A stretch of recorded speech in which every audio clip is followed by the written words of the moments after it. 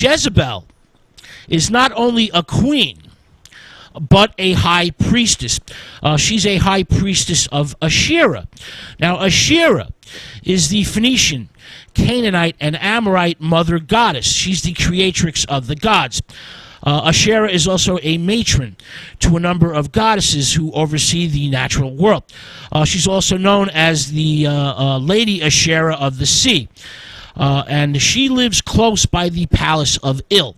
Now, Il is the Canaanite creator god, and she is said to have many, many sons. Now, Asherah is also a consort of Baal and has an ambiguous attitude towards Baal.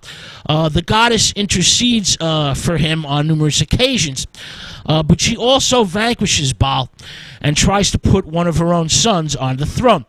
Now, Asherah gives her name to the hill shrines under the trees. A sacred carved wooden pillars are the focal point of Asherah worship. These pillars are representative of the presence of the mother goddess. Her popularity in ancient Israel is beyond dispute or debate. Hill shrines, pillars, sacred trees were placed throughout the northern and then southern kingdom. In Samaria, Bethel, Jerusalem. The cult of Asherah becomes part of the Yahwistic tradition. The goddess Asherah becomes the consort or wife of Yahweh. Temple vessels are dedicated to her, and women weave garments for her statue. All right, so the Old Testament, the Bible, condemns the worship of Asherah. Goddess worship is out due to its pagan connotations. The mother goddess was linked with the rituals of fertility. For example, ritual priestess prostitution in the temples. Asherah becomes a major irritation to the Hebrew prophets and religious leaders. The goddess stimulates the abandonment or ambivalence towards Yahweh.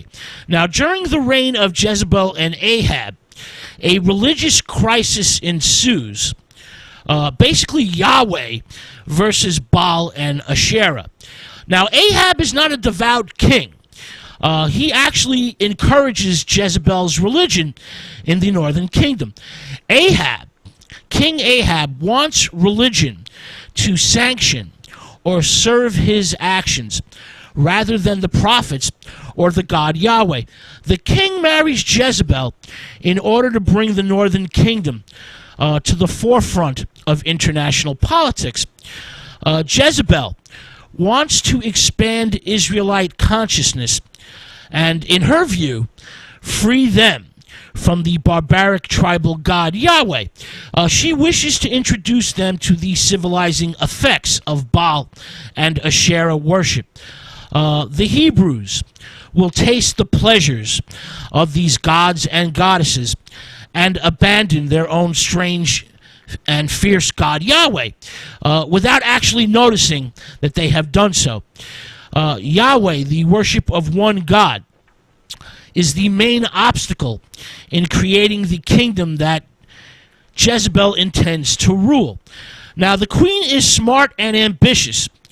If you challenge the people's God, she will lose them to a bloody and unwinnable war. A peaceful transition is essential to her plans. But let them see the benefits of adding another god or two, and the people will become hers without even knowing that they have changed. Now, King Ahab agrees with her, much to her surprise and delight, and joins her in worship. The king seems to enjoy the change.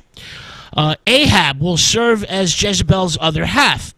The monarchs share a single focus. They are essentially a single ruler in two bodies. Jezebel has in fact enthralled Ahab, body and soul. Ahab admires her beauty and envies her freedom from the fears that the prophets are using to keep him and Israel enslaved to Yahweh. Jezebel is daring, brave, in going for what she desires, and ruthless in dispatching her enemies, and seems to have very keen political insights. Ahab cannot do without her, her beauty, her lovemaking, and her intelligence. But will the king be able to do without the prophets and his link to the God of Israel? Both Jezebel and Ahab will soon find out that they have been found guilty by the Lord God Yahweh of disrespecting him and his prophets. And the ambitious royal couple will have a terrible price to pay indeed. All right, with that thought, we're going to take a musical break. When we return, we're going to dive much deeper into the events of the biblical texts from Kings 1 and 2.